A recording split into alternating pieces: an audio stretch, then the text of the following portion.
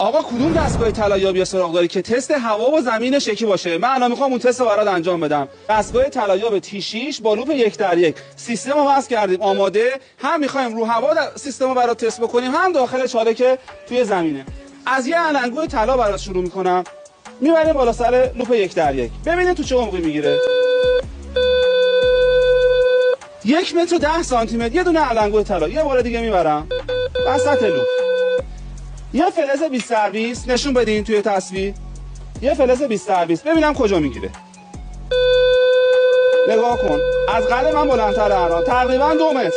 یه فلز 20 عمق 2 متر، حتی بیشتر هم میگیره. فلز 30 که اصلا فکر نمی‌کنم دستم برسه بخوام تست بکنم. نگاه کن، میشه دیگه تقریبا 3 متر. دیگه اصلا من دستم نمیرسه. حالا همین تست رو میخوایم داخل چاله انجام بدیم. خب من همین فلزا رو میدم به دوستم، اینا رو بگیرین. 20 30 علنگو طلا.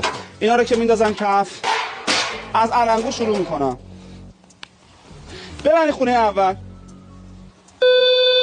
عمق 1 متر، دیگه اصلا پایین‌تر نیست. عمق 1 متر، یه دونه فلز علنگو طلا، همون چیزی که بالا سر چاله ما تست کردیم. برداریم بریم پایین خونه دوم.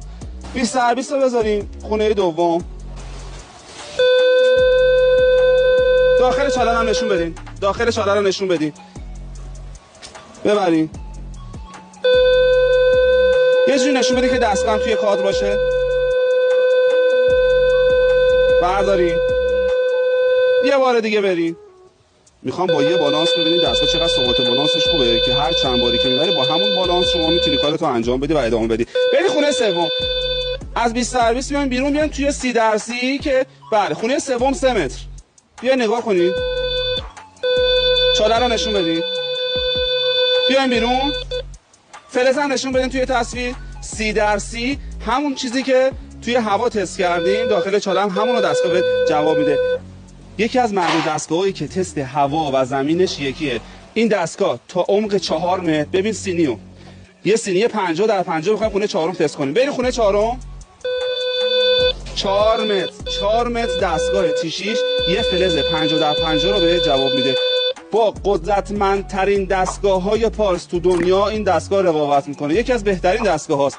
اگر یک کاوش حرفه‌ای میخوای بکنی دستگاه طلایاب T6 رو بخر. قیمت به روزش رو میخوای و مشخصات کاملش کافیه. عدد 6 توی دایرکت برای من ارسال بکنی.